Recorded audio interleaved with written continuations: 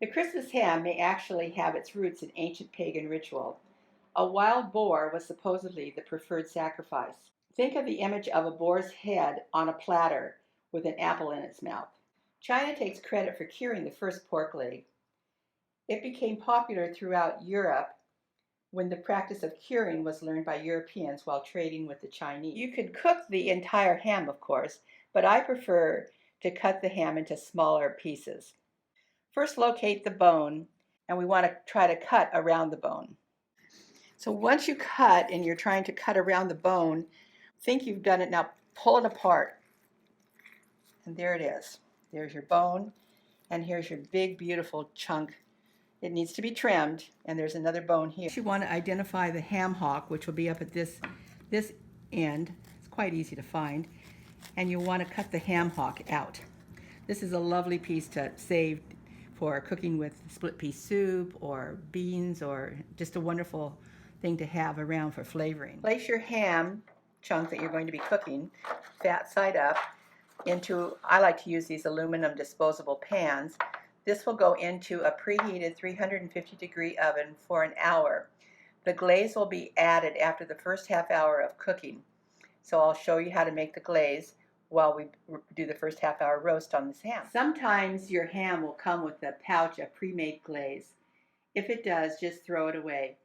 Let me show you how easy it is to make your own glaze. Let's start with about 1/3 cup of orange marmalade.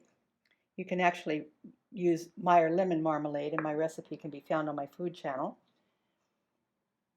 2 tablespoons of brown sugar, 2 tablespoons of Dijon mustard, 2 cloves of grated garlic, 1 tablespoon of orange zest, and 2 ounces of orange juice. How simple is that? Now you just mix it and blend it all thoroughly. You're waiting and looking for the brown sugar to dissolve, and the flavors will start to blend. And your glaze is ready. And we will apply this to the ham after it's cooked in the oven for 30 minutes. And then the glaze will turn it, give it a nice, beautiful golden brown crust. My glaze recipe makes 6 ounces, so if you're doing a larger ham, you might want to double the recipe. So our ham has been in the oven for 30 minutes, starting to brown nicely.